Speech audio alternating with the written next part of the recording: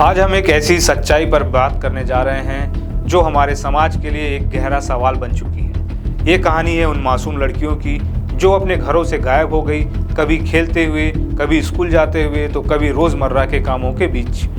हम बात कर रहे हैं छत्तीसगढ़ की राजधानी रायपुर की, जहां पिछले 2 सालों में 927 लड़कियां लापता हो गई। जी हाँ, 927, और इनमें से 848 को बरामद कर लिया गया, लेकिन 79 लड़कियां आज भी कहीं खोई हुई है।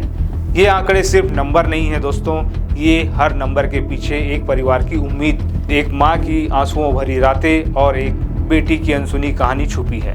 तो आज इस वीडियो में हम इस रहस्य को खोलने की कोशिश करेंगे। ये लड़कियां कहाँ जा रही है, कौन ले जा रहा है इन्हें, और हम क्या कर सकते हैं। चलिए शुरू करते हैं। सबसे पहले आंकड़ों की बात करते हैं, क्योंकि ये हमें सच के करीब ले जाएंगे। साल 2023 से 2025 तक, यानी 1 जनवरी 2023 से 28 फरवरी 2025 तक रायपुर से कुल 927 लड़कियां गायब हुई। इनमें से 848 को पुलिस ने ढूंढ निकाला, लेकिन 80 लड़कियां अब भी लापता है। साल 2023 में 407 लड़कियां गायब हुई, जिनमें से 388 लड़कियां बरामद हुई और 19 लड़कियां अब भी लापता है।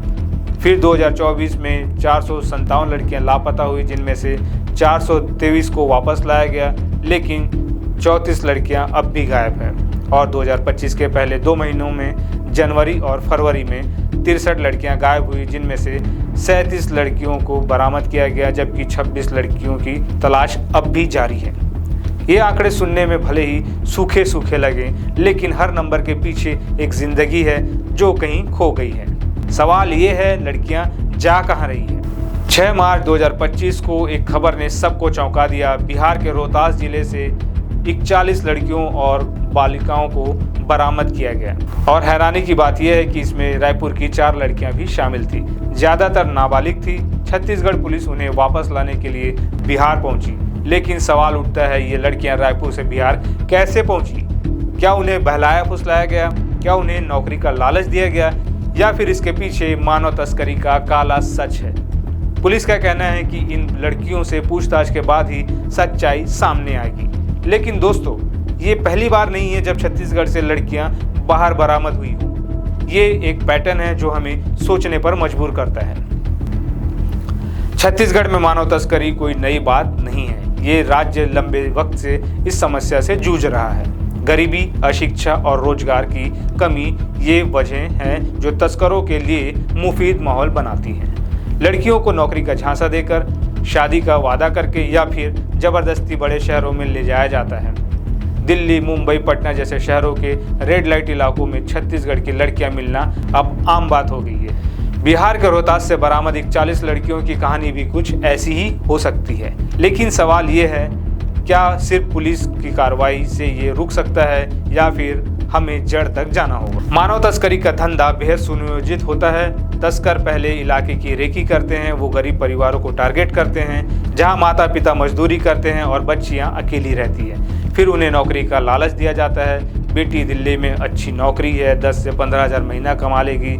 कई बार तो पड़ोस के लोग ही दलाल बन जाते हैं। लड़कियों को बस या ट्रेन में पहले किसी छोटे शहर ले जाया जाता है, फिर वहां से बड़े शहरों में। रास्ते में उनके फ़ोन छीन लिए जाते हैं ताकि वो घर वालों से संपर्क ना कर सके, और फिर शुरू होती है उनकी ज़िंदगी का वो काला अध्याय जिसे कोई माँ बाप सुन भी नहीं सकता।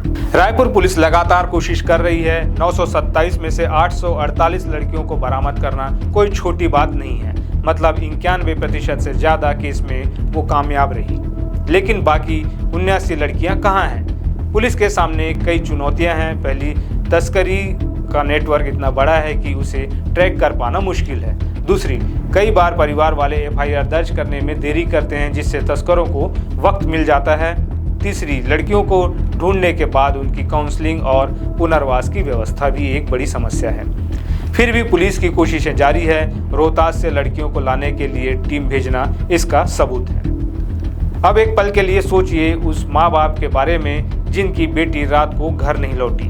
वो सुबह से शाम तक गलियों में, बस स्टैंड पर, रेलवे स्टेशन पर ढूंढते हैं, थाने में रिपोर्ट लिखाते हैं, पुलिस से गुहार लगाते हैं, लेकिन हर बीतते दिन के साथ उनकी उम्मीद कम होती जाती है। 79 ऐसी लड़कियां हैं जिनके परिवार आज भी इंतज़ार कर रहे हैं। उनकी माएँ शायद हर रात ये सोचती होगी कि मेरी बेटी कहाँ होगी, क्या उसने खाना खाया होगा, क्या वो ठीक होगी।